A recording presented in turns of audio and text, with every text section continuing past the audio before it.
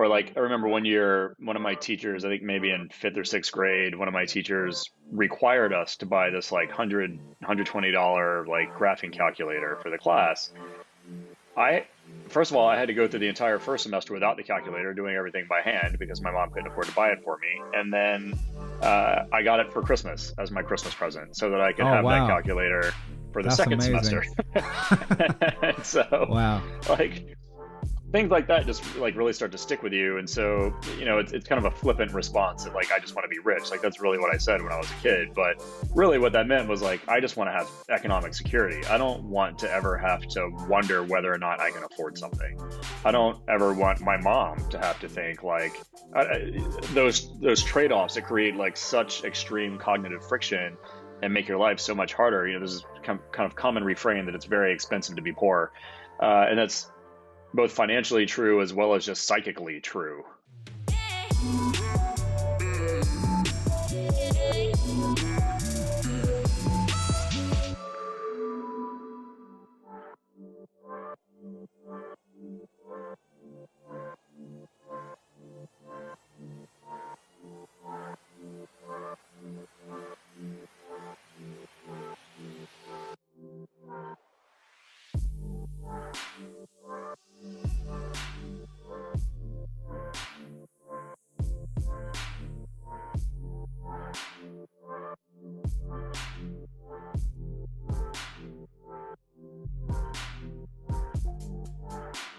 Jake, welcome to the show. Yeah, thanks for having me. Yeah, it's great to have you on. I've been following NerdWallet for some time, and I've worked tangentially in the space in the past, like I worked at Google for a long time in the digital space, so it's like kind of related. But then specifically, I worked on launching Google's affiliate network into Europe. So I worked with like creditcards.com and saw that kind of world. Yeah. And I was always just like fascinated that so many people just had no idea that the scale of these companies were like in the hundreds of millions. Sometimes they were like 4 or 5 people teams.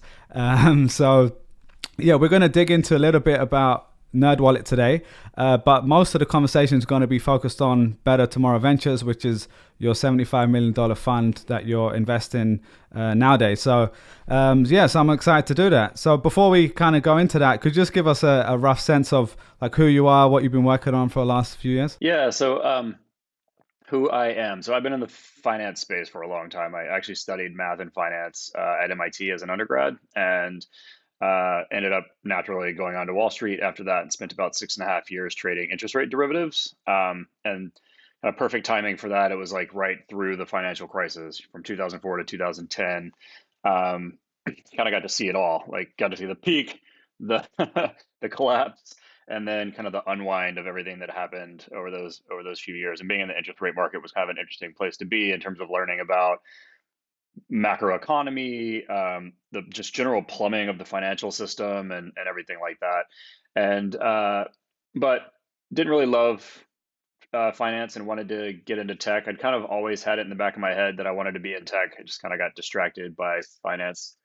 Um, and uh,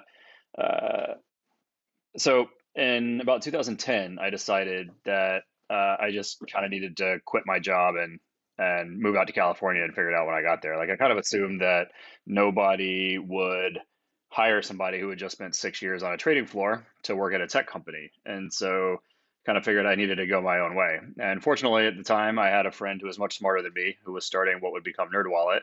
And I just kind of joined on and rode his coattails for a few years. Kind of built the company up to, I think it was probably 50 or 60 employees when I left, probably 35 or 45 million in revenue, something in that ballpark. This was back in 2014. And then I stepped away when my twins were born and kind of hired a bunch of senior executives or helped Tim hire a bunch of senior executives to take over some of the stuff that I had been running. Um, and then went home, hung out with my kids for a little bit, got the itch, started angel investing and mentoring and advising startups as you do when you leave when you leave your company. It's kind of the natural progression, and enjoyed that so much that I decided to kind of formalize it into becoming like a real VC. Along the way, I met my current partner Sheel when he was starting 500 Fintech, so a fintech focused accelerator within 500 startups.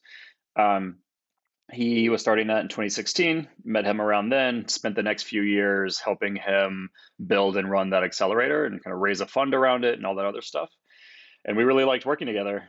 So we decided we needed to kind of take everything we learned and our track records and our network and everything and kind of step our games up in a sense to being proper seed investors. And so we set out to raise BTV in 2019. Um, this was another one kind of similar to my Wall Street career, going straight through the financial crisis. Like we raised our fund before, during, and after uh, like March and April of 2020, which we all know was a very interesting time. Um, and but we ended up closing on $75 million, and our mandate for this is to invest in early stage fintech. And we have a lot of views on how financial services are evolving and what the future of financial services is going to look like, because we think it's going to be very different from how financial services have worked in the past. And we want to be at the forefront of backing kind of the best teams at the earliest stages, and really kind of rolling up our sleeves and helping them build. Incredible. Yeah. So we're going to go into kind of your thesis around that and the most exciting things you're seeing and you're working on in that space in the second half of the conversation. Thanks for that overview. One thing I want to kind of zoom into was NerdWallet a little bit more. So from my research, I know you haven't been working on it for a while. You left in 2014. From what I could see, this was publicly like reported in the press. The last valuation 2016 was like $500 million, around that.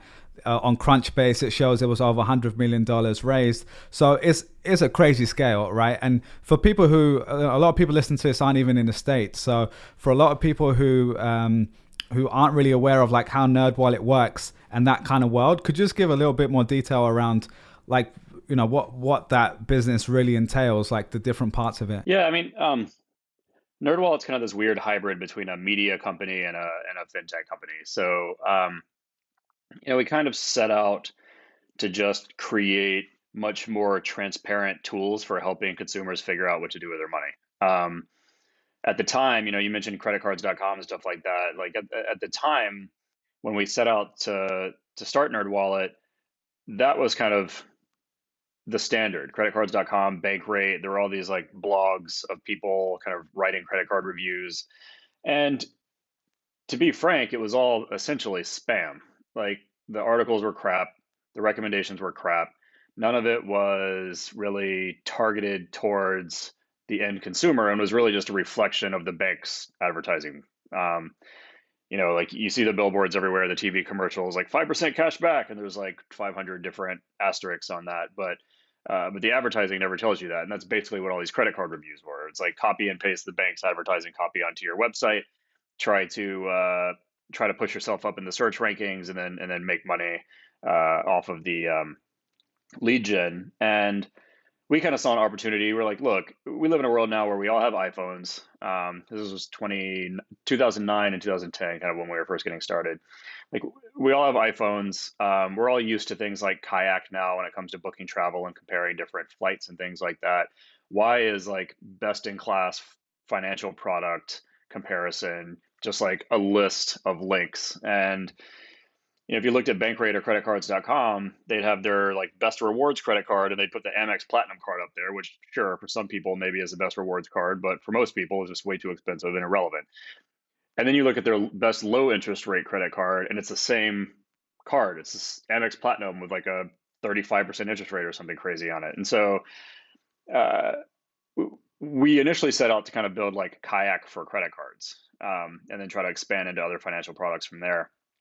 Um, what we realized very early on, and it's kind of shaped everything I think about startups and especially financial services since then, is that building something cool and throwing it up on the web is just not enough, because you need to be found and people need to care and you need to tell them why they need to care. And so marketing and customer acquisition are paramount. And so that's when we kind of started blogging. And it was a really interesting time to be blogging because this was right after the financial crisis. There was new regulations around consumer finance like every other day, like the Card Act, the Durbin Amendment, multiple revisions of all these different kind of new policies and stuff like that.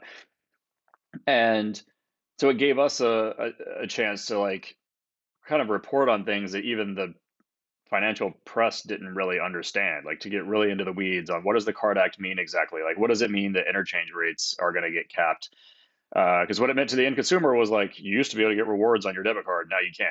And you're all going to get a mailer from Chase sometime soon telling you that they're going to take your rewards away. Here's what the Durbin Amendment is, and here's why this is happening.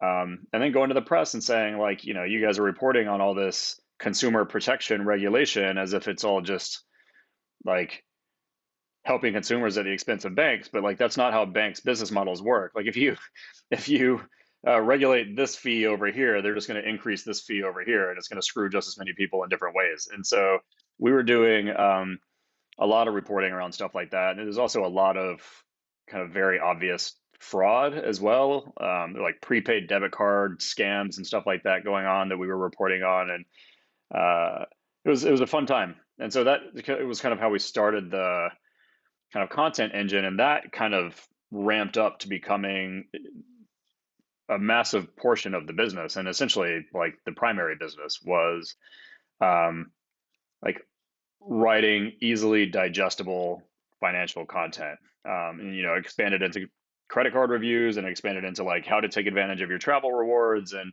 all these other topics. Then we got into investment accounts and various types of insurance and stuff like that, and basically taking what are overly complicated products, because the financial system is basically set up to kind of complicate everything in such a way that you stop thinking about it and just kind of throw your hands up and do whatever the advertising tells you to do.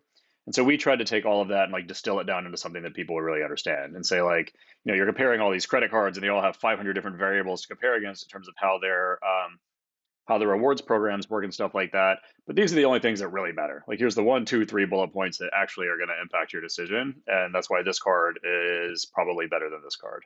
Or these two cards are basically the same thing no matter what their advertising tells you. And so that just continued to ramp from there. And nowadays, we show up at the top of the search rankings for almost any kind of financial product search that you're looking for. If you're trying to figure out the right credit card, trying to figure out how to use your points, you're trying to figure out the best auto insurance, the best mortgage, like NerdWallet's there. So It's incredible, yeah. yeah, and for the first probably 5 years, I feel like nobody I talked to had any idea what NerdWallet was. But nowadays, whenever I talk to people, um, they're all like, "Oh yeah, I've been using NerdWallet for years, and you guys helped me. I just had a kid, and like you guys helped me figure out my life insurance and joint accounts with my wife and like all this stuff." So it's pretty cool.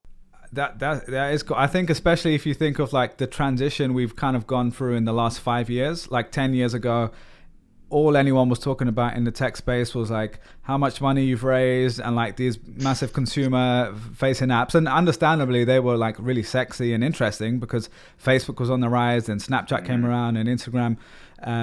So, there was just so much to focus on. But I'd say just from my point of view anyway, there's just been such a different, like there's been so many other examples, and I know you guys did raise a bunch of money, but it was in one of those sorts of businesses that you don't think about as being like a cash cow, right? And a lot of people don't even realize how a lot of these things work, because similar to now, everyone understands as a consumer, when you're using Instagram and you're not paying for it, you're the product, so to speak.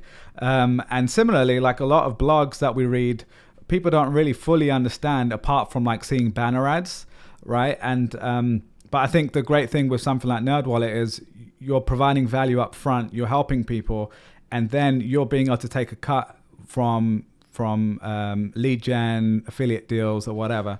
And obviously finance is an incredibly lucrative space, and just like there's a difference between like recommending like a pair of shoes and a credit card or a mortgage, where the bank's going to make potentially hundreds of thousands of dollars in the long run. So it's just kind of like a win-win for everyone. So really interested to hear that background. A question I have is around like, I know you're not as involved with it nowadays, but if you were looking at 2021, the landscape, are you still seeing these problems in other areas? Like I've heard you describe this as like, when you went into the financial product advertising space was like NASCAR. It was just like ads all over the place in your face. So are you still feeling that in different areas outside of finance? In different areas, like what? What do you mean At exactly? other categories, you might be like, oh, Hmm. like where you've personally felt like a pain point and said, Oh yeah, oh, for this is sure. really annoying. Like for example, for me, this is a silly example, but anytime I look up a recipe online, you Oh yeah, land on that page and it's just like a pop up, and I'm like, how yeah. are these sites still ranking top of Google? But yeah, I know that's like a silly example, but maybe there might be others you've felt yourself. E-commerce and product comparison in general is, I think, the biggest offender in this kind of world. Even Wirecutter, which used to be like this amazing resource for like finding the best electronics and stuff like that, and it was always very in-depth. It was kind of like what we aspired to early on. Was it's these, we kind of thought of it as like Wirecutter's like your nerdy friend who has spent 1,000 hours thinking about what the right stereo system is, right? Like you're never going to spend the time doing that. You don't care that much, but you do want a good stereo system or good enough.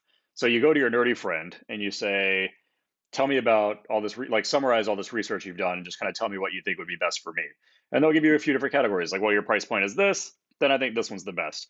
If you just want something simple and easy to set up, but also really good, like here's your option. If you're willing to like actually do the work and like put all this crap together and like get really involved, then like here's the super amazing version. Like you want that kind of nerdy friend. And now Wirecutter is just as much kind of affiliate spam as everybody else. I don't know if it started before or after they got acquired by the New York Times, um, but like that's a perfect example. And I would say all of e-commerce is like that. I mean, Amazon reviews are notoriously garbage. So like Yeah, a lot trying of to they're really getting gamed hard right now. yeah, exactly. And like half their products are just like cheap Chinese knockoffs, and and it's impossible to know that because the reviews are all fake too. So you have to develop these like, you kind of have to be a really experienced user of the internet to even know how to navigate things like this. So funny enough, I've actually invested in some companies to help with that problem as well, because it's so near and dear to my heart, this whole product comparison and SEO gaming and all this other stuff, and all the kind of spam that makes it through the cracks. Yeah, for sure, man. I've also heard you mention that what worked for you guys back then wouldn't necessarily work right now. Understandably, we're 6, 7 years on from when you left, and 10 plus years since it's been going since it started. Let's go into that a little bit, because from what I've heard you say, SEO really helped, push you guys to the next level. It was almost like overnight there was a Google update and you guys just started seeing Yeah, crazy traffic coming in. Of course, that wasn't like just overnight success. You guys had been putting in the work for some time, creating great content, and Google was finally rewarding you for that. So if anything, it was yep. delayed success. But like, if you would, I don't know how much you're following like this space anymore, but just if you were creating an audience first business in 2021, what would you do differently? I'm curious compared to back then, because back then it was a blog, you started writing great content. If you were starting today, would you do anything differently? Yeah, I think so. So I guess for some context to kind of dig into what you were just saying about NerdWallet, like we kind of rode two really unique waves, and it's not like we saw these waves coming. We just got lucky. But one of them was, like you mentioned, Google just kind of drastically changing their search algorithm. So it was a lot easier to game the algorithm back in the day, and then it became a lot harder. And it was clear that like Google just became more fixated on coming up with what the best answer was and less like, looking for the right tags in the pages and the right headers and stuff like that. So we kind of set out initially with this idea that we're not going to focus on hyper optimizing our SEO strategy. We're just going to write great content and hopefully Google will figure it out. And they did. And we kind of rode that wave for years and watched a lot of our kind of more spammy competition get wiped out along the way. The other wave we rode was just bouncing back from the financial crisis. Like we started a financial recommendation company kind of at the bottom. And so as the economy came back, as bank balance sheets got healthier, as they started lending more and getting more aggressive with their marketing campaigns and everything, because for a couple of years there, like they basically, a lot of the banks, especially, kind of not the two biggest ones, pulled back on their marketing spend and kind of stopped issuing mortgages, stopped issuing credit cards, and really had to kind of redo their balance sheets. But so as that kind of wave came back as well, we rode that. And so, we got very lucky, and I think it'd be really hard to create those waves again today. Plus the affiliate networks that we leveraged in order to initially start monetizing because we were able to monetize on day one. Those affiliate networks aren't really there anymore. And so building those direct affiliate relationships with all of the different financial institutions is a lot harder now. It's not impossible, but typically they want to see you kind of generate some scale or something first. Whereas, we were generating revenue on day one with effectively zero traffic. So um, it's a lot harder to do now. If I was going to do something like this again, like an audience first business, I mean, the playbook these days seems to be start a newsletter. Yeah. I mean, Yeah, I was going to ask if newsletter was like the thing, instead of trying to write a blog from day one, maybe own the audience from day one. yeah. And so there's plenty of people much smarter than me that are kind of working in this space of like the passion economy, the creator economy. I probably get like 20 newsletters a day from people that just write all this amazing content, and who I follow, and I've even developed relationships with a bunch of them. And some of them have kind of taken that and turned it into communities in Discord and in Slack and in Circle and stuff like that. And like Mario at the Generalist is a perfect example of somebody who's kind of taken his platform and Yeah, I leveraging just it. spoke to him last week, actually. Yeah, he's doing a great job. He's Yeah, he's awesome.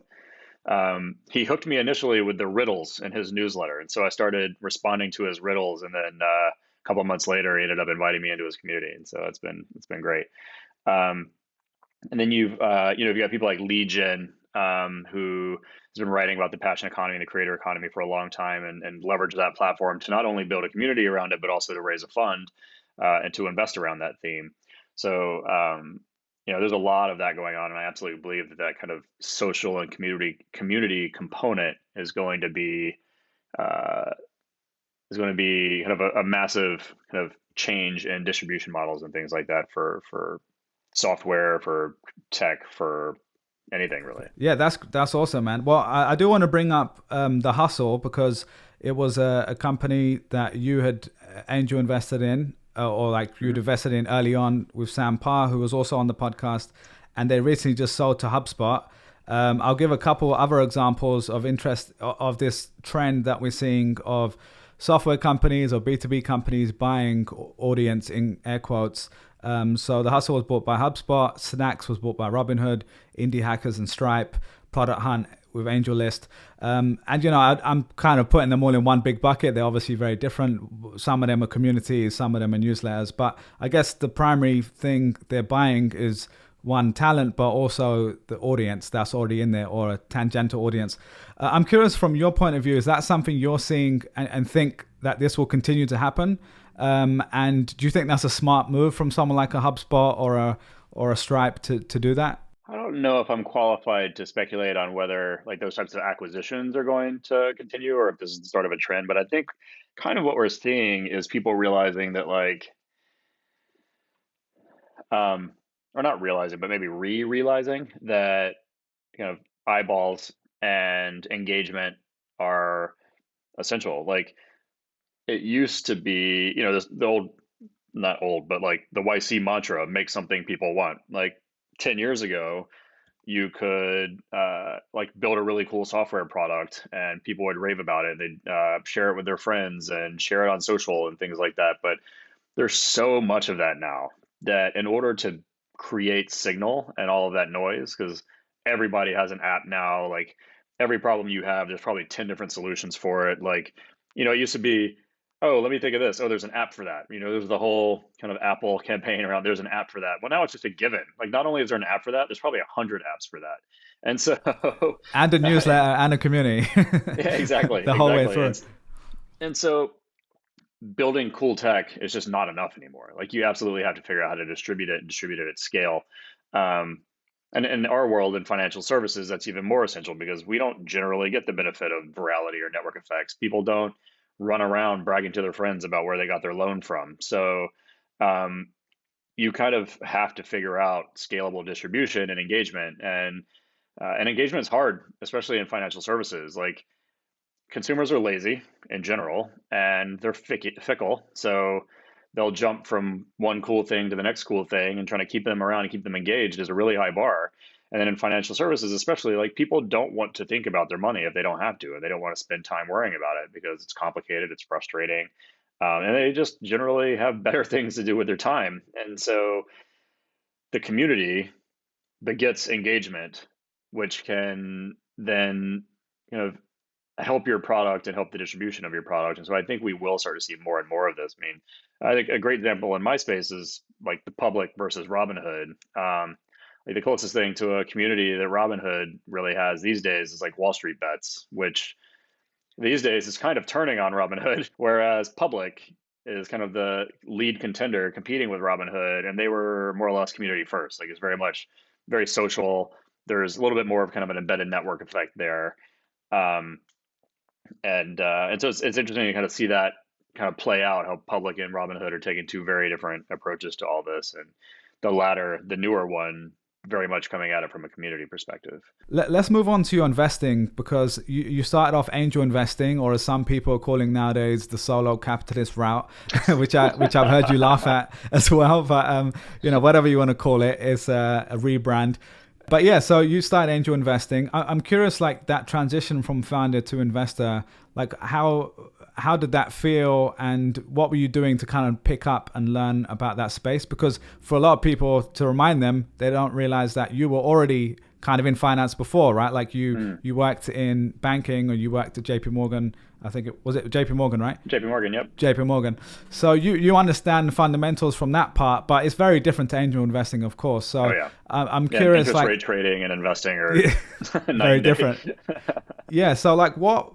Well, I guess the first question is like, why that route? It was primarily spurred along by me having kids and deciding to leave NerdWallet. And so I didn't think that I could be a great father to twins and also continue to work 12 hours a day. And so I stepped back from NerdWallet, felt pretty comfortable about it because the company was in a really good place. We hired a lot of really great people to come in as I was leaving, to really help kind of take the company on its kind of next leg of the journey, and kind of through this pretty crazy growth inflection point. Um, and my thought process when I left NerdWallet was like, I just want to decompress. Like I'd kind of gone from, I like double majored and worked two part-time jobs the whole time I was at MIT. I started working on the trading floor the week after I graduated, whereas normally you start in August and you take the summer off. Like my desk needed me to start immediately. And then I started working on NerdWallet before I even left JPMorgan. So I'd basically like I was kind of like I was like a part-time consultant. I was phasing out of JPMorgan and started working full time on NerdWallet with Tim. And so I'd never really taken any time off. Like not you, I mean, this goes all the way back to high school with all the extracurriculars and all this other stuff, and working part-time job at night and on weekends. And so I was like, now this is the universe telling me like kind of shit or get off the pot. Like it's time to take a break. Like you have these kids, go home, focus on them, decompress. And it took me at least 6 or 9 months to just like get used to not showing up for work every day, and to get you and to like separate my identity from NerdWallet in a sense. It was a lot. It was like the only thing I thought about for a good 4.5 years, and all of a sudden it's like, oh, they don't need me anymore. And all the people that I'd hired over the years and that I was like friends of mine, I was hanging out with every day, like I don't see them anymore. And so I took the rest of that year basically just to like force myself to pull away and really think critically about what I wanted to do with my life. So not like jump into whatever the next opportunity is, not like rush into, a hot new company, or like rush into feeling like I need to start something, or rush into feeling like I needed to be productive or something. I really wanted to figure out like I'm in a pretty good place now, take advantage of it, figure out what's next. And so I took that time. When I really started to get the itch though, towards the end of that year, I was like, I need to get out of the house. Like, I need to talk to adults. I need to use my brain. I do need to do something productive, but to give myself kind of optimal optionality around what I decide to do next, I'm going to go just start networking essentially. So we kind of started with going to meet up with friends of mine who had recently started companies and kind of helping them out however I could. And then they'd introduce me to their friends who are starting companies, who would introduce me to their investors, who would introduce me to their portfolio companies. And so it was really just kind of out there giving my time away for free just to meet a bunch of people and learn a lot, and frankly, give me an excuse to get out of the house.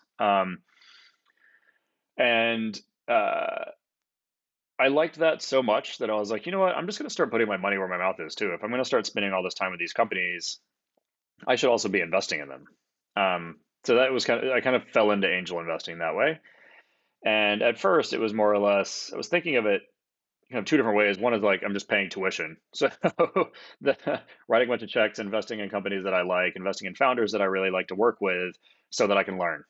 Um, Learn about different businesses, learn about business models, meet people, and learn about investing. And read a bunch of books on angel investing, read a bunch of books on VC, talked to a bunch of people. But it was like I'm not really the kind of person that can just go read something and suddenly have this like really strategic view of how the world works. Like I just need to throw myself into it and figure it out as I go. And so that's what I did. And I loved it. So it very quickly ramped into a full-time thing. Um, my mental model for this was I actually don't know if I want to start a company. I don't know if I want to join a company. I don't know if I want to start a VC fund. I don't know if I want to join a VC fund. I don't know if I want to do none of these things and just stay flexible and just be an angel investor and kind of stay half retired forever. I don't know what I want to do, but angel investing seemed like the best way to cast a wide net so that no matter what I decided to do, I would be in position. And so that's what I did. And I ended up investing in something like 90 companies over the years. I met Sheel through this process and helped him raise that fund. So I got to kind of practice being VC along the way. I was a scout for a couple of different VC firms. I did a bunch of AngelList SPVs and stuff. So you kind of have to like go out and raise money in kind of smallish chunks here and there, and get used to like pitching your ideas to LPs, and then kind of building and running that building or raising that fund and kind of building and running that accelerator with Sheel was kind of the closest to the like real VC work that I got.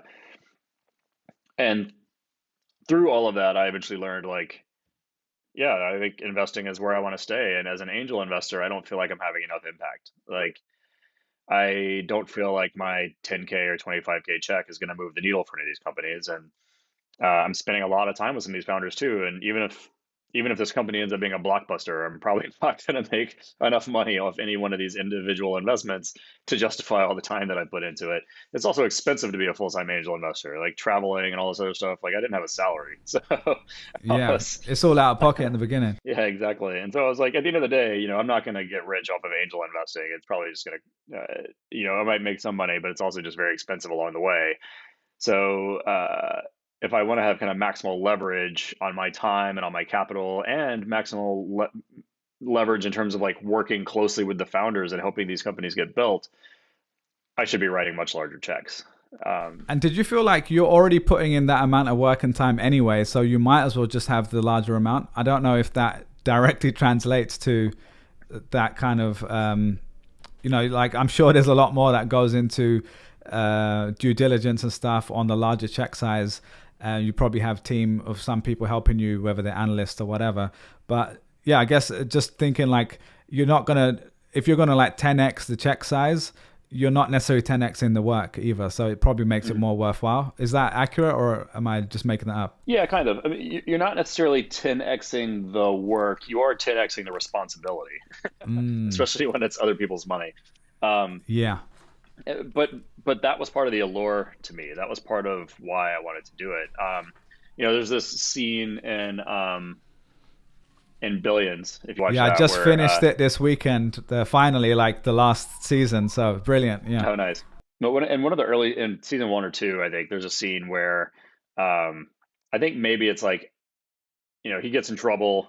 They make him just run his fund as a family office of a meager $5 billion or something like that. And then once the handcuffs come off, he decides to go out and raise $25 billion or something like that. And people are asking him, why? Like, why do you need to raise this much? You already have $5 billion to invest. Like, why do you need to raise this money? And he's like, managing other people's money sharpens me. There's an accountability, right? Exactly. Like, there's this idea that if you're managing your own money, you don't really have a reason to get out of bed in the morning. You don't really, I love the job, but at the same time, like if one of my founders called me in the middle of the night because they needed something, like I didn't really have to answer the phone. you know, I usually did, but I didn't have to. And there was nothing stopping me from one week being like, I'm a little tired of this. I'm going to go on vacation. I'm going to cancel all of my meetings next week, like blow off all the founders that were planning on meeting with me that week. And it just head off to Hawaii for a week or something. Like there was nothing stopping me from doing that. And I was kind of not getting bored, but getting restless, I think, because of that. No, that makes sense. And I think one of the things you mentioned there was about getting rich. And I'm all for getting rich. That's why I have this podcast. But like, I'm curious because I've heard you also mention, I think it was like fifth grade, your teacher asked, what do you want to be when you're older? and you said, I want to be rich, right? If I'm not paraphrasing. And look, I probably said something similar at some point too. So I don't think there's anything wrong with that. But I'm curious, like, as you got more means, right? You already had some success with NerdWallet, and you went into investing. I'm curious, like, how that motivation changed for you, because now you had twins at home. You also want to balance your life, and you want to be mentally challenged and get out there. So I'm curious, like, that split, how did that evolve since fifth grade you to 30, 40-year-old you? Yeah, it was funny enough. This is something I talk to my therapist about a lot. Well, and to provide some context, like for your listeners, just so that everybody doesn't think that like I grew up greedy. So I grew up, my sister and I raised by a single mom who was like waiting tables through a lot of my childhood, and eventually got a job at an accounting firm, was able to like settle down. But one of my and then neither my sister's dad or my dad were really around and didn't really like pay child support or anything like that. So one of my most formative memories actually is walking into my mom's room in the middle of the night and she's crying because she can't afford to pay the bills. And I was probably like 5 or 6 years old, and I didn't really understand that, but I understood the fear of not having enough money. And I remember a lot of Christmases where, um, we weren't like poor or anything, but there were plenty of Christmases where it was like, pick the one thing that you want for Christmas this year because that's all we're getting. Uh, or like, I remember one year, one of my teachers, I think maybe in fifth or sixth grade, one of my teachers required us to buy this like $120 like graphing calculator for the class. I First of all, I had to go through the entire first semester without the calculator, doing everything by hand because my mom couldn't afford to buy it for me. And then I got it for Christmas as my Christmas present, so that I could Oh, have that wow. calculator for the That's second amazing. semester. And so, Wow. like, things like that just like really start to stick with you. And so, it's kind of a flippant response that like, I just want to be rich. Like that's really what I said when I was a kid. But really what that meant was like, I just want to have economic security. I don't want to ever have to wonder whether or not I can afford something. I don't ever want my mom to have to think like those trade-offs that create like such extreme cognitive friction and make your life so much harder. This is kind of common refrain that it's very expensive to be poor. And that's both financially true as well as just psychically true. Um, and so, yeah, I grew up, I wanted to be rich because I wanted to make sure that neither I nor anyone in my family ever had to worry about money. No, I love that story, man. Well, thanks for sharing that, because I haven't heard you share that one before, but also, I think a lot of the time people talk in absolutes, and they, especially in the world of Twitter and 280 characters, of course. So one of the reasons I have this podcast is to be able to find the nuance in these sort of discussions. And I have a similar kind of feeling to you. Like I also wasn't poor, but we were kind of like working to middle class. Family never really earned more than like 40K a year or anything like that, and had a similar thing where like like you're saving up for like a pair of shoes, so I'm not getting bullied at school because like I had a hole in my shoes for like a few weeks because it looked better than the other ones. So anyway, not to turn this into a therapy and now session. I have a closet full of Jordans because that kid that I remember, they used to get that one pair of Jordans every year and used to wear them until they fell off my feet. Now I have a whole closet full of them. Oh yeah, well that's interesting. So yeah, I mean, I'm curious to go into that a little bit more because, and I'm just sharing from my point of view, and obviously we've had very different lives, but from my point of view, that drove me early on, right? Like similar to you, want financial security, and I've never like hit it super big, but I'm like fairly comfortable, and I've worked for some years, and I think what happened to me is after I hit a certain income, I was like, okay, well now I'm comfortable. I can go out to eat with friends. I can pay my rent on time. I have these savings in the bank, and money was no longer like that motivating to me. And I was like searching for something different. And for me, I'm quite an extreme person. So I went from like I was working at Google at the time, and then I went all the way to the other side and worked at Charity Water nonprofit for a few years. Hmm. And that was incredible, and it was a great experience. And now I've kind of landed in between where I was like, actually, like first of all, I just like freedom of time. So that's kind of why I'm self-employed as well. But I'm curious, the reason I'm asking that is like, that drive you for a bit, for a lot of people, it kind of fades away as you get more successful. So did you have a moment like that as well, where you were like, well, this doesn't kind of drive me anymore and I need to find other reasons to keep me going? Yes and no. It does still very much drive me. I think it's not so much the money itself, more like I think who was it? Some There was a VC maybe 10 years ago or so who said something about like the money is not what's important, it's just how we keep score. And um, Like the I game think of that's it all. yeah, and that's kind of how I feel. Like that's how I kind of measure my progress in a sense from a purely career standpoint. But I have also kind of rounded out the edges and balanced it all a little bit by like, I block off a few hours on my calendar a couple of days a week when my kids are here to make sure that I can spend the afternoons with them after school. And, um, I don't work nonstop through the weekends like I used to because I want to make sure I can take them hiking or like take them camping and stuff like that. And so definitely have kind of rewired myself to have more work-life balance. But when I do work, it is very much kind of what we were describing before, like uh, kind of feeling that uh, like pressure to excel and in the business that I happen to be in, like that is largely measured by financial outcomes. And so that absolutely motivates me still to this day. And I've also just kind of always been a little bit obsessed with money, I think largely because of everything that I just described. And so just thinking about money and thinking about financial markets and like trying to win and like outsmart the market and stuff like that is always just kind of intellectually stimulating to me as well. Yeah, So completely. The feeling of like, yeah, I feel completely the same, man. So thanks for sharing that. One other thing I want to touch on just before we move on to some more of the hardcore stuff going on in fintech. You mentioned luck quite a few times there. And again, we could probably talk for 2 hours just about luck and the different types of luck. But I'm curious, like how, your take on luck, because I think a lot of people use that word, and in fact, I've used the word to some people, and they get triggered by it, and they're like, "Well, I'm not lucky. I worked for this, etc." And then there's other people who are like, "Well, okay, yeah, there's luck, and there's things that you didn't control. Like you were smart enough to get into that college and get those sorts of jobs. You spoke English in America, so those are all things I would count as like dumb luck or whatever we want to call it." But then yeah. there's the other stuff that you did have control of and you kind of like seized the day and did what you could. So I'm curious like how you think about luck specifically. Yeah, yeah, you're right. I mean, we could just talk about this forever. I think kind of high level, um, I think people that get triggered by it, like that's just crazy. Yeah, of course you worked hard, but like I know so many people who work 10 times harder than I do and probably make minimum wage. Like you go to any restaurant and you're going to sit there and be served by somebody who probably works harder than you and is not making nearly as much money as you are.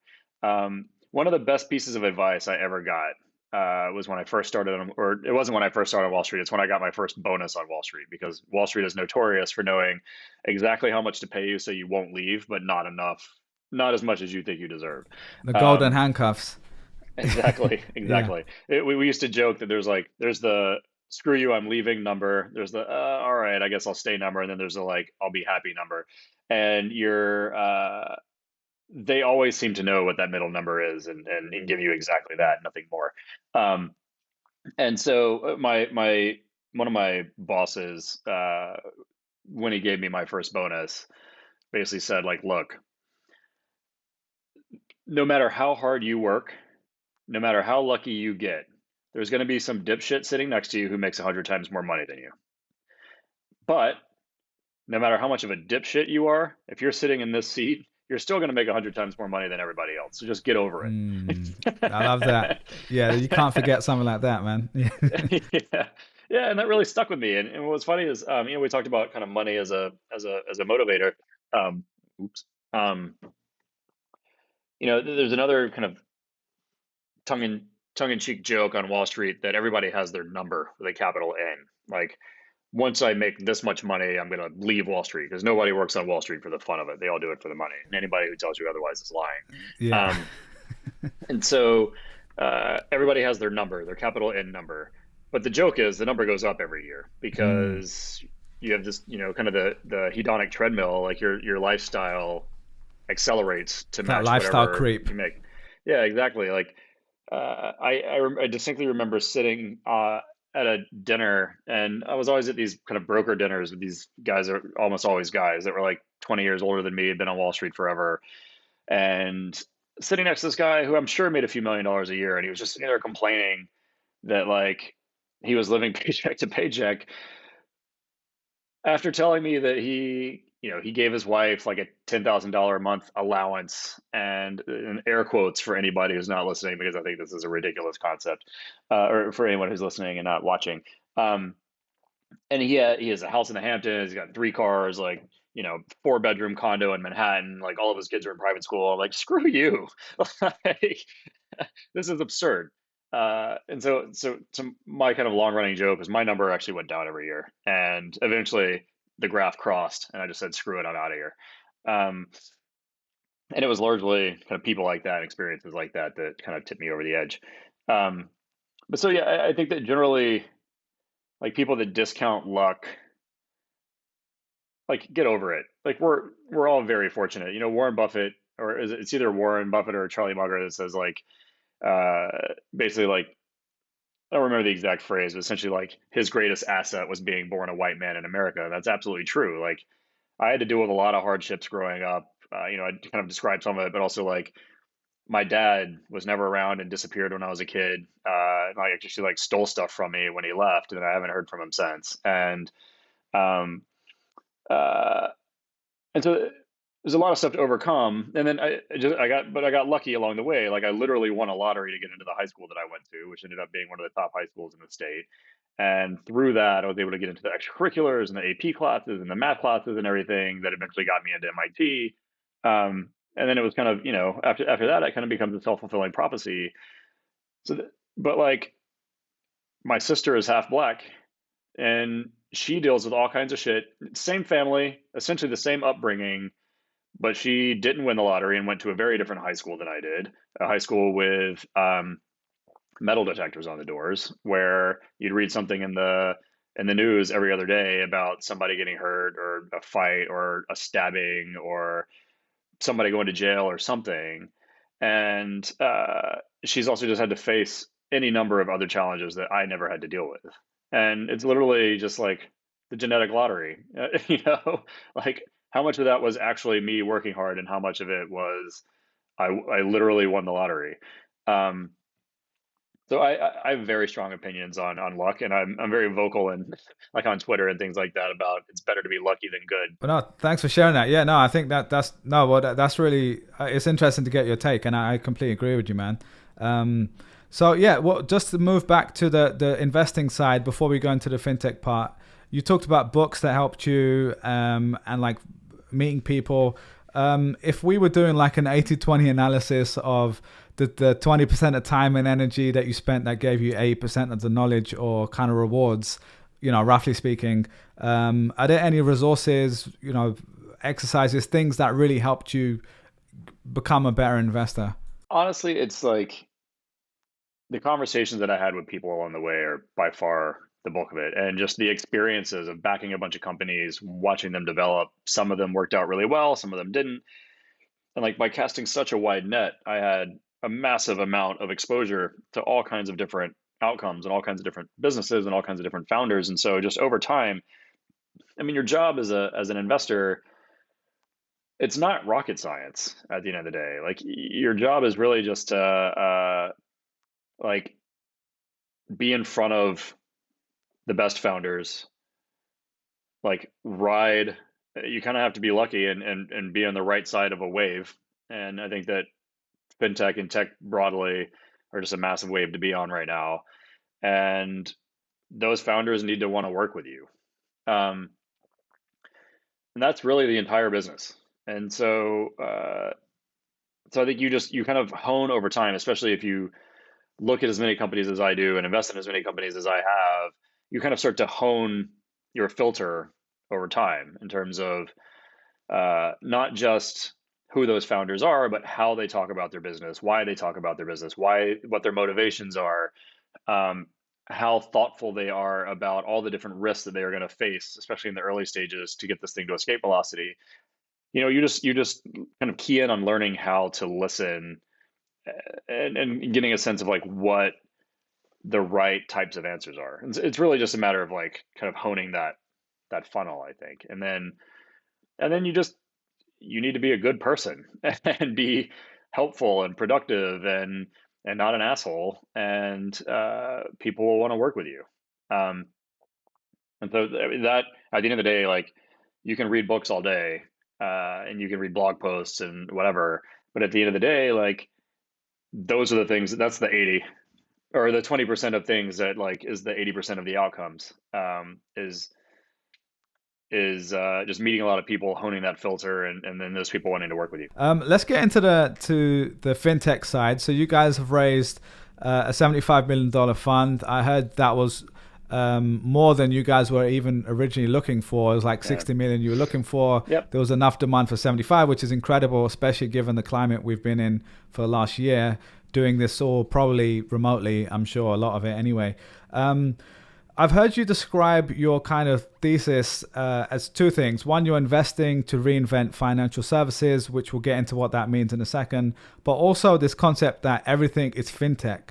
I thought that was quite interesting because I haven't really heard many people describe it like that. Could you kind of expand on what you mean by that? Yeah, and both of those things, kind of the reinvention of financial services and everything, is fintech. They go hand in hand. So, um, essentially, kind of our overarching view is that the last 10 years of fintech, and fintech, broadly speaking, is a relatively new, or maybe not new at this point, but kind of immature relative to the tech industry as a whole, just primarily because financial services are highly regulated. It's much harder to build businesses in this space and stuff like that.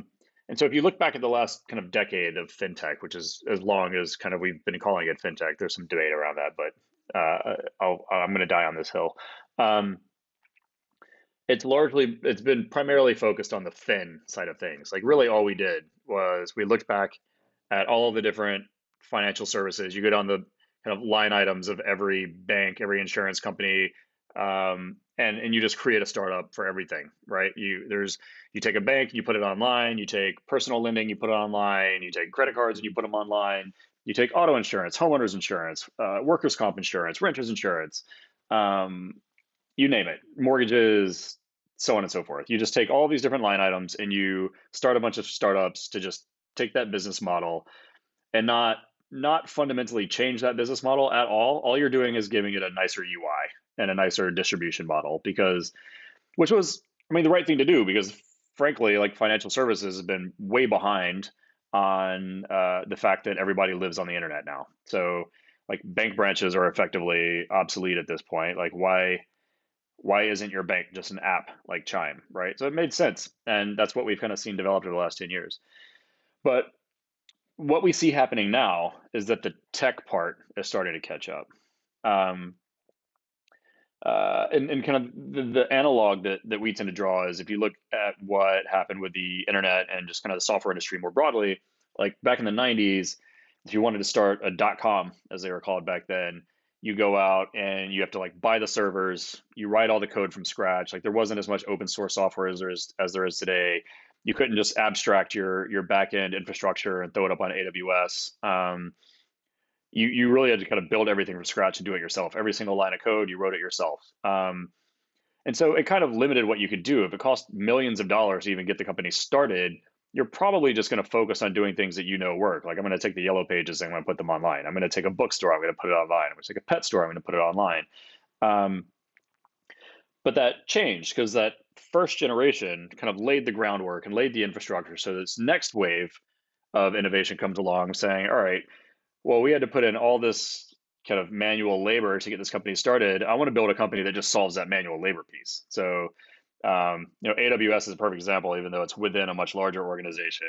You have AWS, then you have all these other kind of virtualization software and database software and all these things that get built on top of that. And then you have these like web development frameworks like Ruby on Rails and all the different like PHP and Python frameworks and things like that. And it all kind of compounded on top of each other until now you get to the point where you don't have to write a single line of code to start code to start a company, and you don't even need to think about what a server is or think about load balancing or all this other stuff.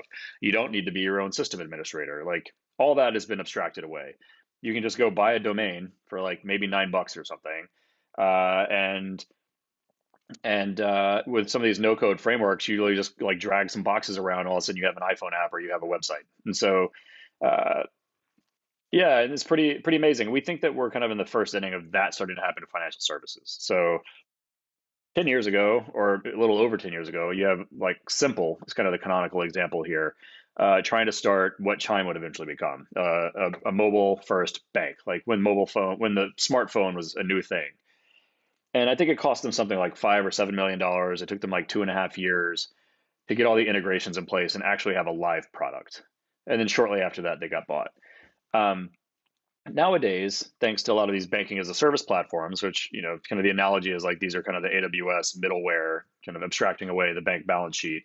Um, you can start a neobank for like a few hundred grand and do it in a few months. So like that world has just drastically changed, and we're starting to see more and more of this infrastructure come about. And we imagine that just like what happened with the internet more broadly, this infrastructure and these enabling technologies are just going to compound and compound and compound on each other until it's effectively frictionless to add financial features to any sort of application. And so when we talk about everything as fintech, our view is that basically any tech platform has the potential to also become a fintech platform. So consumer marketplaces can do payments and lending and banking and stuff like that. Like vertical SaaS companies have the opportunity to become like a full stack business in a box, including like banking and lending and payments and so on and so forth, maybe even insurance and things wrapped into that. And so we kind of have this view that like the same way that software has eaten the world, to steal an overused phrase, like fintech is going that same way. Like the financial services are going to be written into the core fabric of everything we do online, the same way that software is more broadly. To give a few examples, I think I've heard you describe something like a ride-sharing app could basically create their own version of a bank or insurance for their drivers or even their users. Every like trading app that I use, from Robinhood to Wealthfront, is now offering like the debit card or like a high saving, high, what's it called? Like a high interest rate Like saving account. yeah. Exactly. Yeah. Well, it's not that high really, but you know what I mean, compared to my Chase Bank anyway, it is.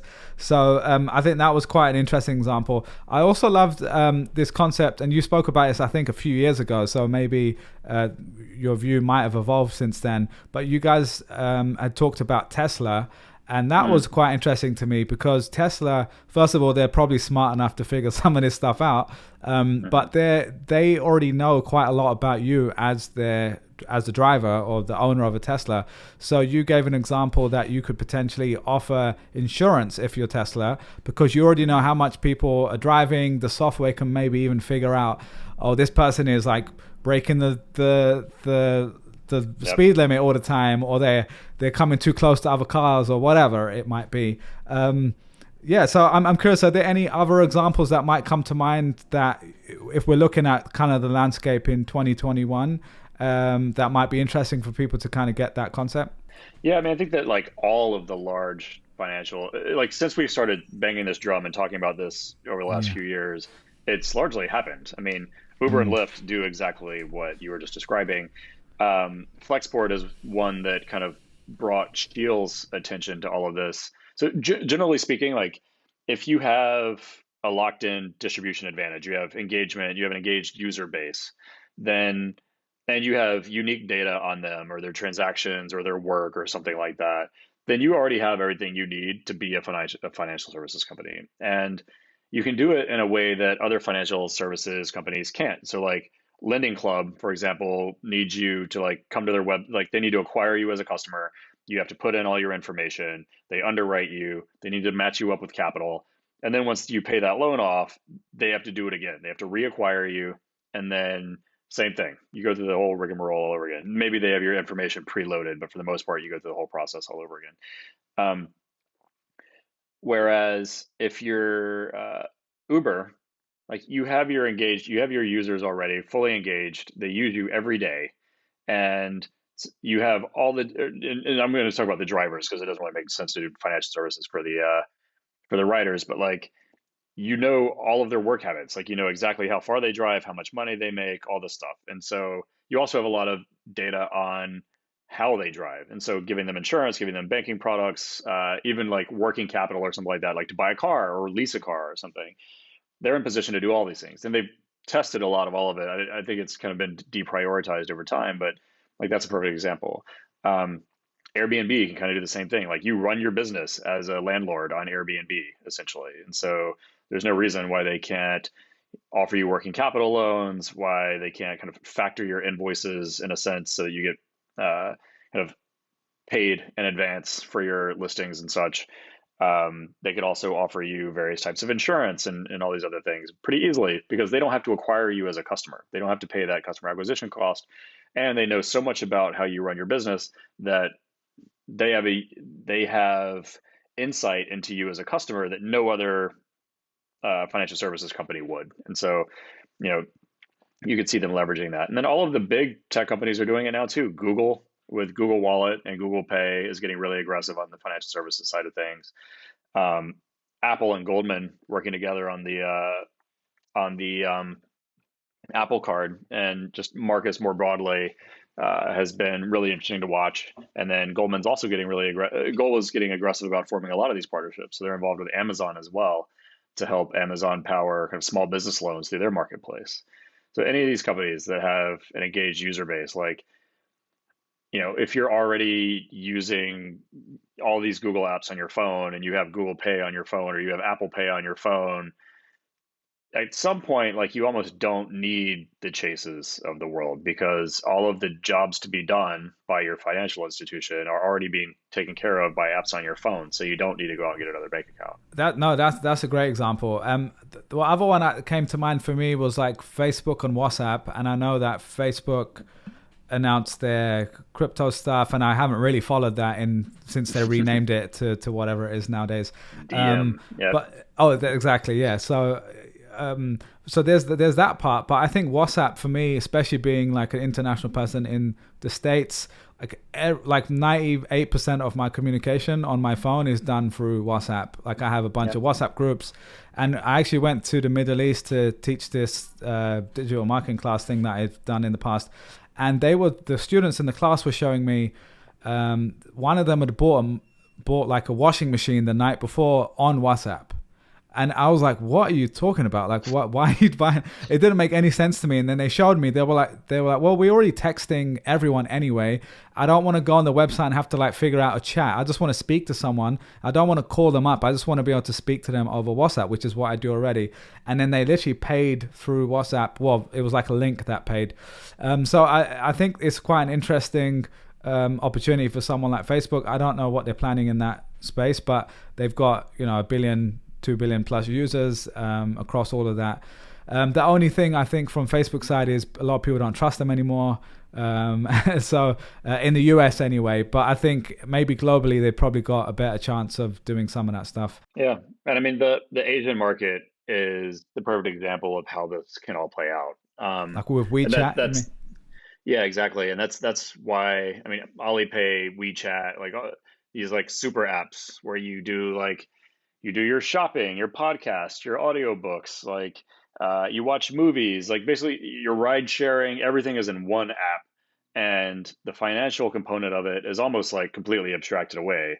Micro payments are seamless. You don't even think about it. Like you could tip people pennies through your app and not have to worry about transaction charges and things like that because it's all just this embedded ecosystem where the financial components are seamlessly kind of woven into all the other apps you use. Like you can book a trip and like with one button you buy kind of a small insurance policy on that trip, or like you get on a Lime scooter or something, or whatever the kind of lead contenders out there are, and you like insure yourself for 50 cents or something for the duration of that ride or something. And it's all like so seamlessly woven in that you don't even really think about you don't really think about the financial side of things as like a standalone noun. You don't think of it as like a bank account or a loan, or it just is what it is. It's a job to be done. Well, that's interesting. I think I love the way you've kind of separated like taking stuff offline, online. That was like 1.0, and then we've kind of evolved since then.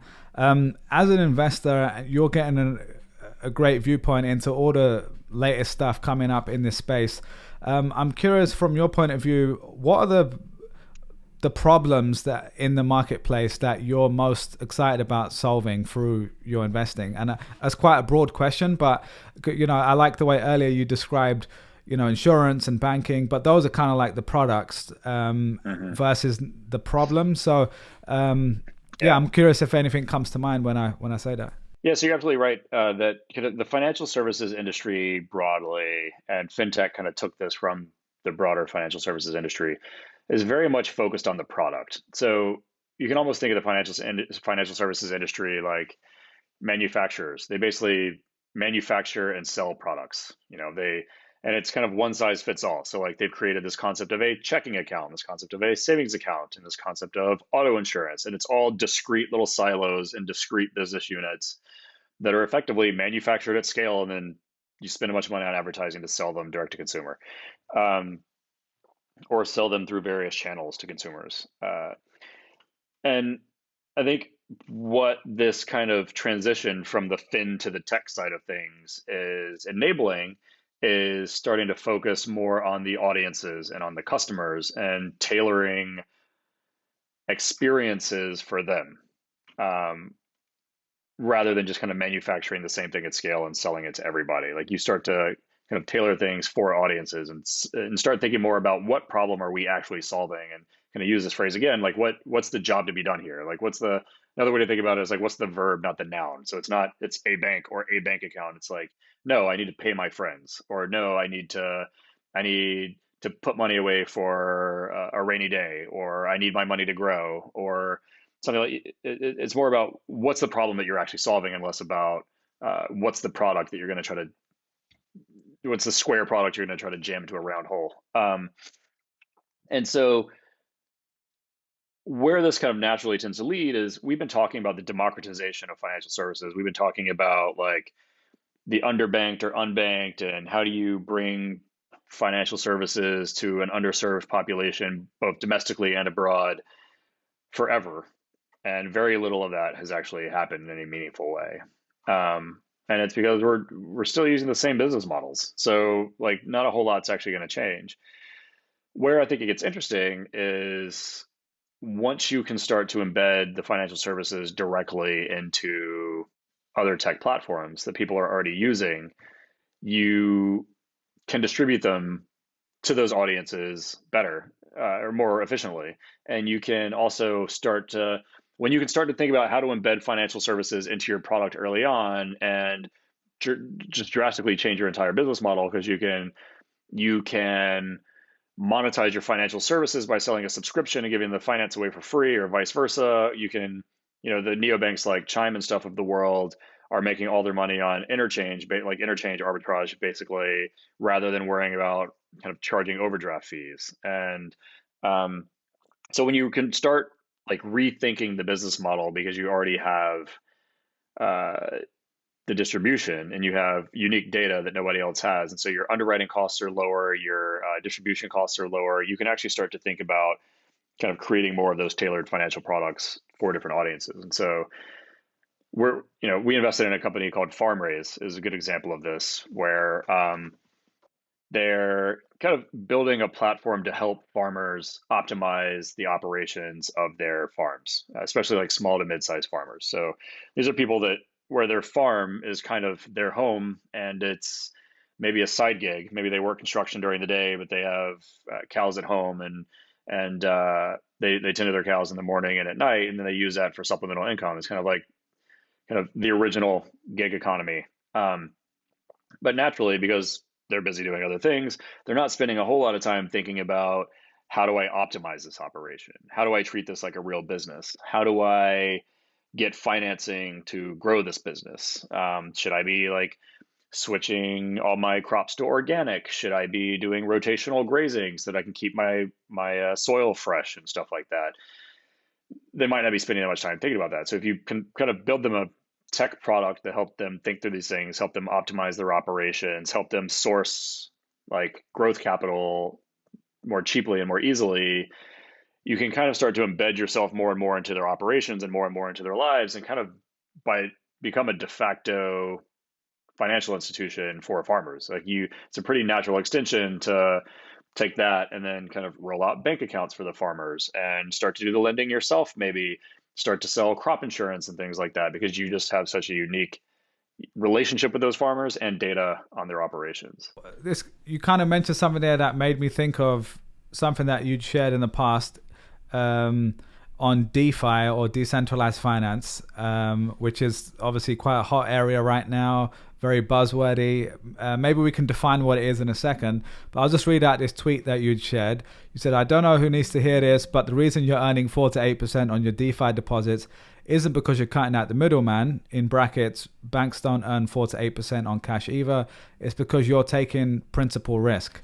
I thought it was really interesting. And again, I'm a complete amateur in this world, so I don't know that much about how banks actually do make money versus the kind of alternatives that are coming out there. Could you kind of elaborate on what you mean by that? And more widely, kind of how you feel about DeFi as well. Yeah, I think I'll start with just kind of broadly how I think about DeFi. I think it's really interesting. And I think that a lot of what I've described about the democratization of financial services and about kind of the financial infrastructure weaving its way into kind of everything we do and just tech platforms more broadly, like that's kind of the promise of the blockchain. That's kind of the promise of DeFi.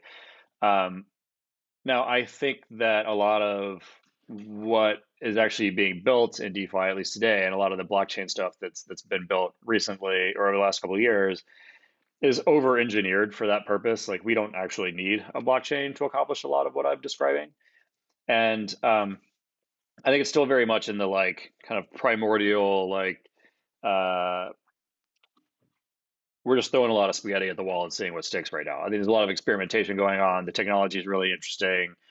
I don't think that your average consumer like gives a shit, frankly, and I don't think that the vast majority of people want to be their own banks the way that kind of the crypto crowd talks. So my primary thought on DeFi is like I think it's really cool. There's a lot of interesting stuff going on, but right now it's still mostly just crypto people building crypto stuff for other crypto people. And there's not a whole lot of kind of mass market um, interesting stuff going on. Now that said, I think that like NFTs, everything that's going on there, I think that absolutely will be mass market. But the DeFi stuff, there's some stuff that needs to be worked out. And what I meant when I said that tweet was this was just kind of a throwaway tweet one morning. I think I was at the gym, where you have all these people that are bragging about how like your bank is screwing you, like you could be earning 8% on all your money. And the fact of the matter is, there's no such thing as a free lunch, right? Like the reason you're earning 8% is because you're taking risk. Like you're not. This isn't a savings account. You're not sticking your money in an FDIC insured account earning 8%. Like that's not what's happening here. You're lending margin loans basically to people that are then speculating on highly volatile securities. So, And just to go into that and to make sure I understand that money is then taken. So your bot, let's say I go onto one of these platforms where you can do this. I'm putting up, let's just say I'm putting up $1,000 just to make it simple, worth of like Bitcoin, Ethereum, whatever. And those platforms are then lending that out and then paying you. You're then getting 4 to 8%, but the platform's taking a percentage, and the people who are borrowing it are making more money than you are. I guess that's the hope. Is that kind of how it works, or did I oversimplify it? yeah. So I'll say like the specifics to a lot of this stuff are way above my pay grade. Yeah. I don't know enough about any of the individual protocols and stuff to comment on that, but my understanding is that's basically what's happening. Like the reason you're earning those returns is because the exchanges or the protocol or whoever it is that where you're depositing your money, they're effectively locking it up, and then they're taking that collateral and they're using it to back loans to speculators. So, crypto hedge funds or even just retail investors that want to trade crypto, or even, it's basically just a reflection of the existing industry. It's kind of fractional reserve banking. Like you're depositing money in an account, and then they're turning around and they're turning that capital into something more productive. The challenge is, like, they're not lending against like they're not doing mortgages, right? Like it's not like they're paying you 5 basis points on your savings and then turning around and earning 2.5% on mortgages that are unlikely to default, right? Like they're taking that money, and the reason they're able to pay you 4 to 8% is because they're going to turn around and lend that money out for like 10 to 20% to somebody who's basically just punting crypto. Um, and so the default rates are going to be a lot higher. So naturally, your yield is going to be higher. And then at the same time, you're also taking counterparty risk, because wherever you stake your money, like there's a good chance that protocol or that exchange or wherever it just gets hacked and all your money goes away. Like, that's a real thing that's happened quite a lot. Yeah, so you're just getting paid for the risk you're taking. It's not free money, is all that I meant. No, and I think that's fair. I think it's a good counterpoint to like a lot of the stuff we're seeing, especially we're recording this in, February 2021, almost March 2021. And like I'm generally a fan of that space. I'm interested in what's happening. I think it's cool to see. But like I think similar to 2017 when everything skyrocketed, there were a lot of people using jargon and talking about something new, but it was always quite difficult to understand like what's the use case.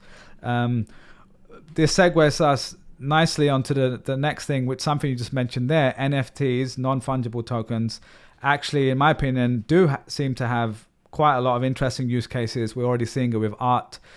So maybe we can go into that a little bit, because first of all, maybe we should define what it is, because again, I'm not a fan of acronyms and jargon, so we can try to simplify it. If you were describing what NFT is there a simple way you think about it?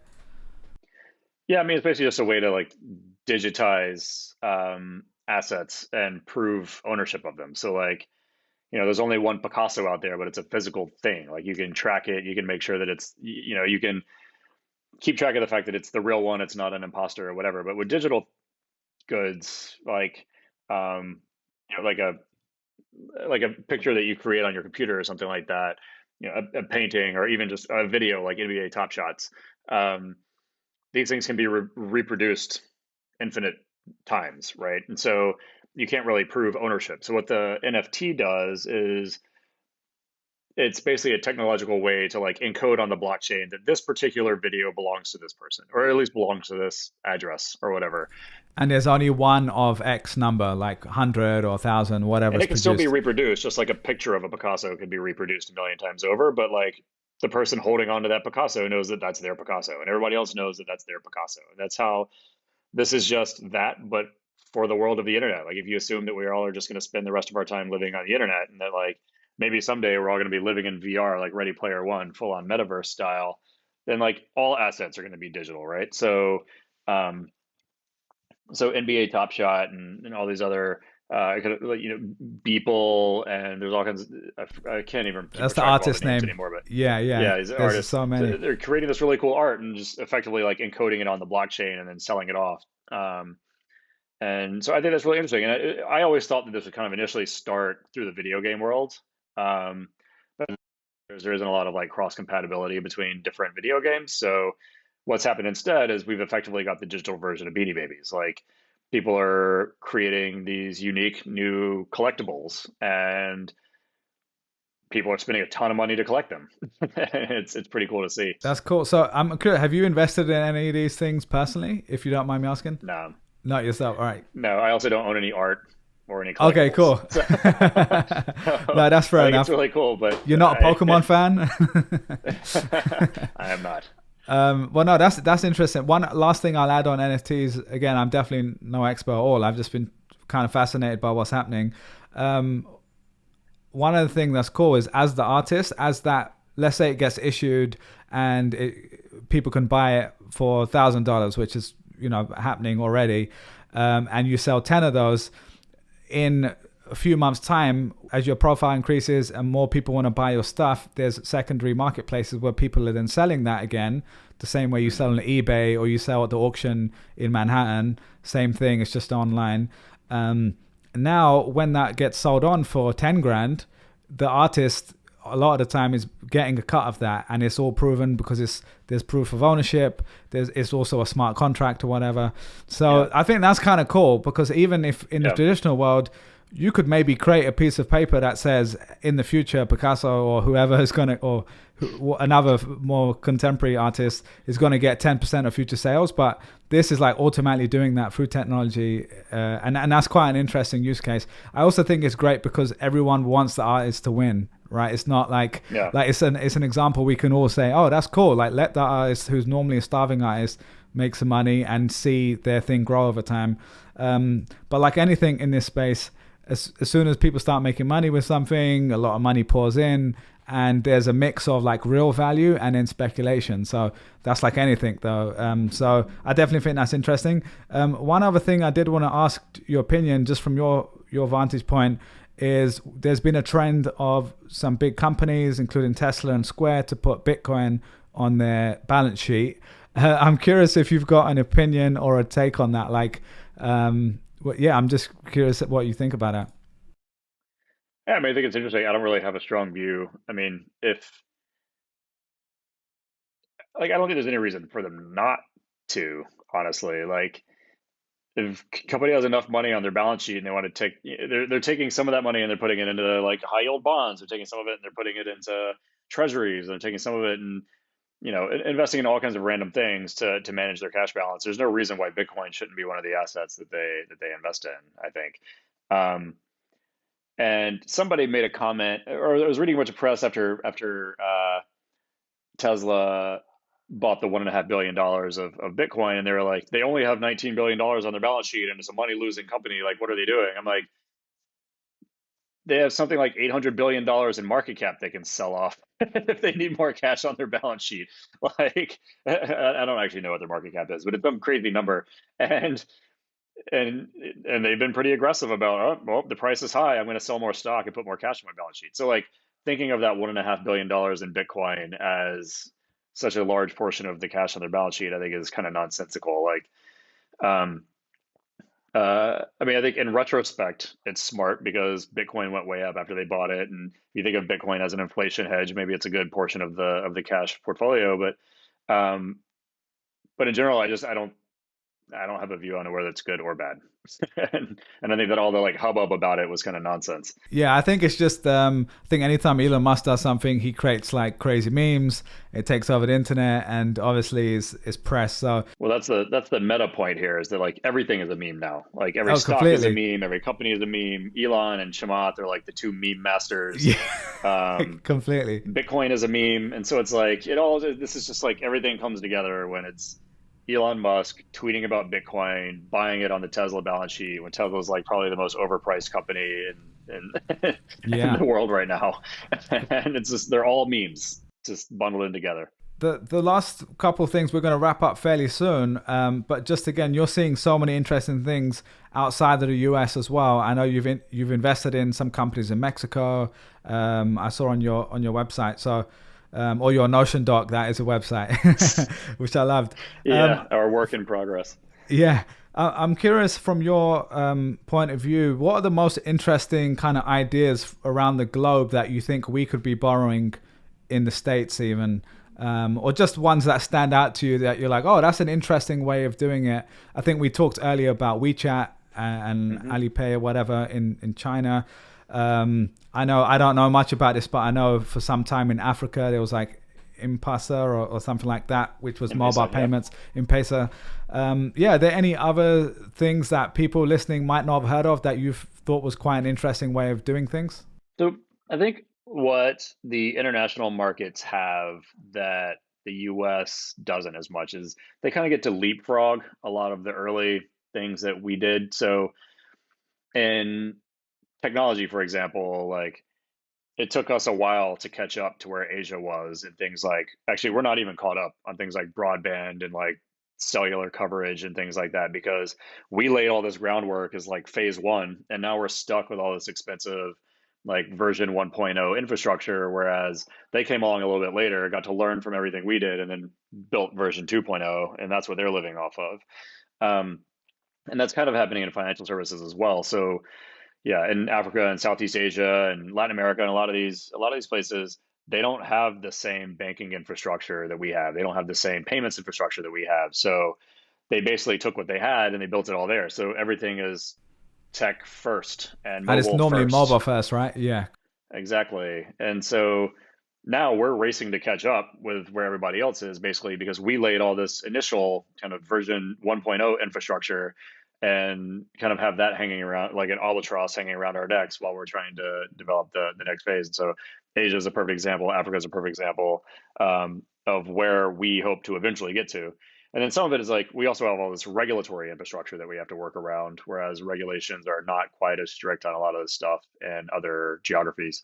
And so they're able to kind of race ahead of us in some respects. I mean, even just things like underwriting rules for lending and insurance and stuff.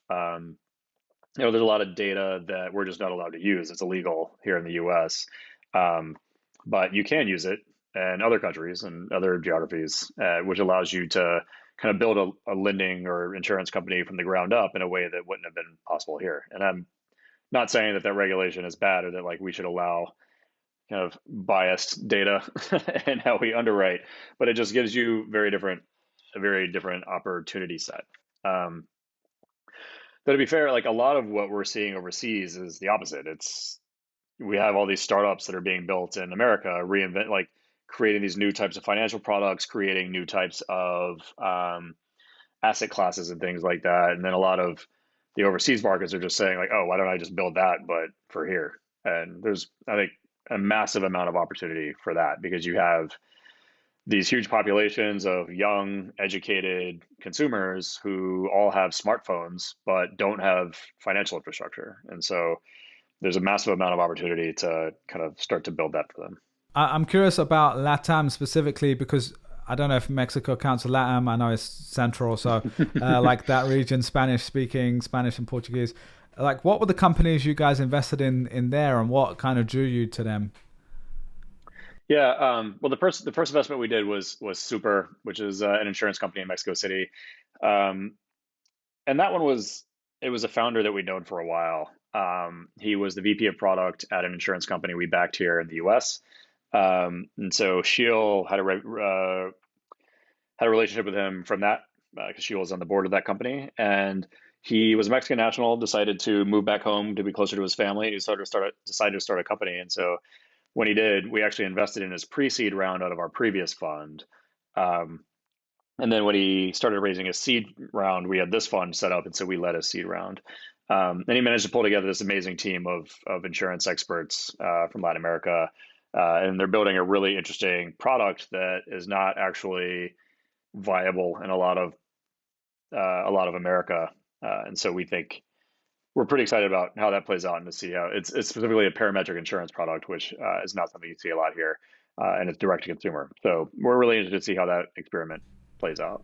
Yeah, it's a really interesting market. I spent like a month or so before we were all locked down in Mexico City, and it's incredible city. But also, just from a business standpoint, there's so many emerging companies coming out of that region. It's pretty cool. Oh, for sure. We're just going to wrap up shortly. The last couple of things I wanted to talk to you about were, the public markets. I know that you're in the private markets mainly, and you're working on, investing in that regard.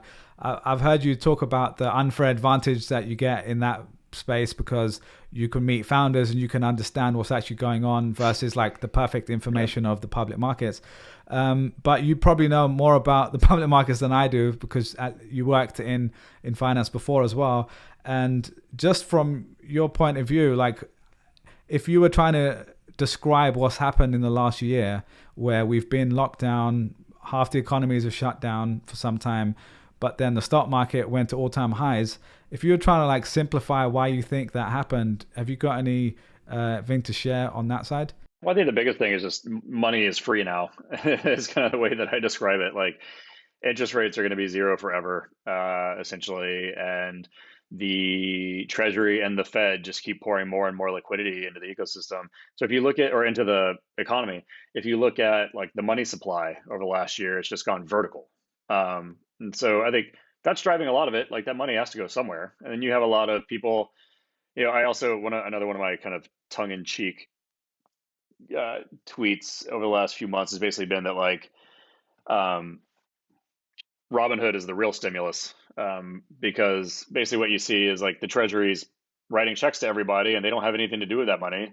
They'll occasionally pay down their loans or something, but then they take the rest of the money and they stick it in a brokerage account and start speculating.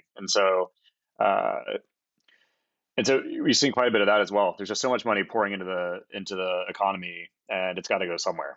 And so it's driving all asset prices up. It's not just the public markets. It's high yield bonds are at the lowest spreads they've ever been at. Like all private and public valuations are screaming, like real estate screaming, gold, Bitcoin, like you name it. Every single asset class is getting bought because Everything apart from cash.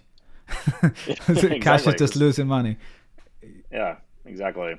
And so I mean, I think at a high level, like that's really just what's happening The here. quantitative And easing, and that's just filtering into the economy, and it needs to be invested somewhere. Or yep. And then what these last year has taught us is that tech is a big deal, and it's kind of accelerated digital transformation in a very big way. So not only are all assets going up, but then like it's disproportionately applying to the technology industry, just because I think people have kind of come to the conclusion that like everything is a technology company now, and all the benefits of economic growth going forward are going to accrue to technology. So it's kind of, I completely. think that's the narrative that's kind of shaped the kind of growth stocks and tech industry generally. For sure, man. Well, thanks for sharing that point of view. And again, I'm definitely an amateur, but from what I read and other people who know more than I do, it seems to be the same answer there. And I guess the last question I'll ask before we wrap up is related to that. And this is definitely not financial advice, big asterisk here. But if you had a 25-year-old son or daughter and they just started their job, then maybe they've saved up a little bit of money, and you were saying to them, look, when I was your age or when I was a kid, I might not have got to learn about personal finance. And I think that's an area where I've actually heard you and your business partner say that information is not necessarily the big problem, because we all know to eat broccoli and not eat cupcakes, but we don't all have six packs. But my point of view is I definitely agree that people generally know, like, earn more than you spend. But I also do think because of all the financial jargon and the different Hmm. points of view, it does get quite confusing. And I think NerdWallet obviously helps with a lot of that transparency. I think even Reddit, with like the personal finance subreddit Yep. and fire community, I think they've done an incredible job of simplifying a lot of that stuff for people. So we've got a lot more information, but still so many people, whether they're listening or it's their friends and family, don't necessarily have some of those stories down. So I'll just give myself as an example. Growing up with my family, they were immigrants to the UK. My dad actually ended up working in banking, but even from his point of view, he saw stocks as inherently risky, whereas real estate wasn't for him. And they've kept their real estate forever, and if he'd kept all his stocks, he probably would have been okay too, or if he'd invested in funds anyway. But because he bought like individual stocks, I just grew up thinking, oh, well, you can lose a lot of money investing in stocks. And then as I kind of grew up, I saw alternatives and learned a bit more. So that's a long way of saying, if you had like a 25-year-old son or daughter, like what would you be trying to tell them about investing their own money and, personal finance principles that they could potentially take into their lives? Yeah, I mean that's a good question because I think there's a lot of ground to cover there. I think for most people, the thing to think about is like how much time are you actually going to want to spend understanding these Mm. things? Because if you're not doing it as a full-time job, you probably shouldn't be like speculating in single name stocks. Like it's much easier for you from this like cognitive friction perspective to just put everything in a passive index fund and just forget about it. And I think these days, and then I think these days, like you want to just make sure you have a little bit of cash laying around for emergencies and to cover your expenses and stuff like that. But then there's no reason not to just stick the rest of it in the market. And you'll earn interest, you'll earn dividends, like it compounds. Don't try to time the market. Just keep putting more and more money in. The market's going to go up, it's going to go down. But um, But the sooner you start investing and the more regularly you invest over a longer period of time, the better off you're going to be. Like famously, like something like, and I'm going to get the numbers wrong, but something like 80 or 90% of Warren Buffett's net worth he earned after he was like 70 years old, just because of the value of compounding, right? Like I don't even think he became a billionaire until he was like 50. So um, it's just, compounding and power laws, and it's a powerful force. Completely, man. Well, listen, man, I think that's super helpful, and I really appreciate you going deep diving into all of this today. We covered a lot of ground. I know this is a lot of time as well, so thanks for coming on the show, and I hope we can do this again sometime. Yeah, thanks, man. Thanks for having me. Yeah, this is awesome. All right, speak to you soon. Cheers.